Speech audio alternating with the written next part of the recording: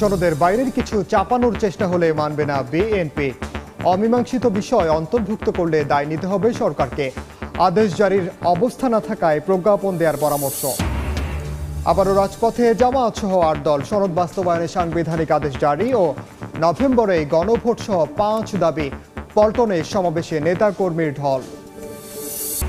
তত্ত্বাবধায়ক ব্যবস্থা ফেরাতে আপিলের রায় ২০ নভেম্বর। আগামী নির্বাচনের পর কার্যকর চায় সব পক্ষ। বাতিল করাকে গণতন্ত্রের জন্য ক্যান্সার আখ্যা অ্যাটর্নি জেনারেলের।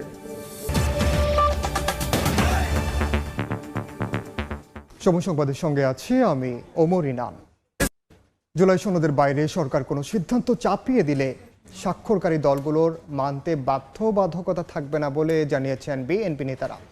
দুপুরে গুলশানে সংবাদ সম্মেলনে কথা বলেন তারা। দলের স্থায়ী কমিটির সদস্য খন্দকার মোশাররফ হোসেন জানিয়েছেন, উপদেষ্টাদের মধ্যে কেউ কেউ সনদের বাইরে সরকারের সিদ্ধান্ত বাস্তবায়নের জন্য যেসব বক্তব্য দিচ্ছেন তা বিভ্রান্তিকর। সালাহউদ্দিন আহমদ বলেন, জুলাই সনদ ইস্যুতে রাষ্ট্রপতির আদেশ জারির মতো অবস্থা এখন দেশে নেই। প্রয়োজনে প্রজ্ঞাপন জারি করতে পারে সরকার। জুলাই জাতীয় সনদের সুপারিশে নোট অফ ডিসেন্ট বাদ দেওয়ার কঠোর প্রতিক্রিয়ায় বিএনপি। গণভোট সহ আরও কিছু ইস্যুতে সড়কে নেমেছে জামায়াত। আর সনদ বাস্তবায়ন প্রক্রিয়া নিয়ে অনড় এনসিপি। রাজনৈতিক দলগুলোকে সমঝোতার জন্য সরকারের বেঁধে দেয়া ৭ দিনের সময়ও শেষ, তবে হয়নি কোনো আলোচনা।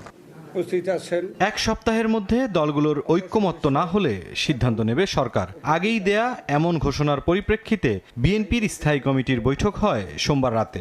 দলটির মঙ্গলবারের সংবাদ সম্মেলনে জানানো হয়, সনদের বাইরে সিদ্ধান্ত নেওয়া হলে স্বাক্ষরকারী দলগুলো তা মানতে বাধ্য নয়। সরকারের উপদেষ্টাদের মধ্যে কেউ কেউ জুলাই জাতীয় সনদের বাইরে কোনো বিষয়ে সরকারের সিদ্ধান্তের ঘোষণা প্রসঙ্গে যে সকল বক্তব্য দিচ্ছেন তা বিভ্রান্তিকর। জুলাই জাতীয় সনদে উল্লিখিত বিষয়দের বাইরে সরকার কোনো সিদ্ধান্ত ঘোষণা করলে সনদের স্বাক্ষরকারী কোনো দলের জন্য তা মান্য করার বাধ্যবাধকতা থাকবে না।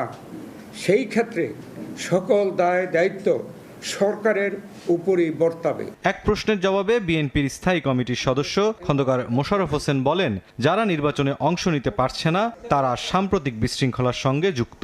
এই নির্বাচনকে নিয়ে নানা রকম ষড়যন্ত্র চলছে।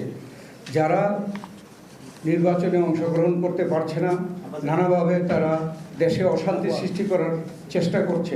আরেক প্রশ্নের জবাবে বিএনপির স্থায়ী কমিটির সদস্য সালাহউদ্দিন আহমদ বলেন, রাষ্ট্রপতির আদেশ জারি করার মতো অবস্থা এখন দেশে নেই।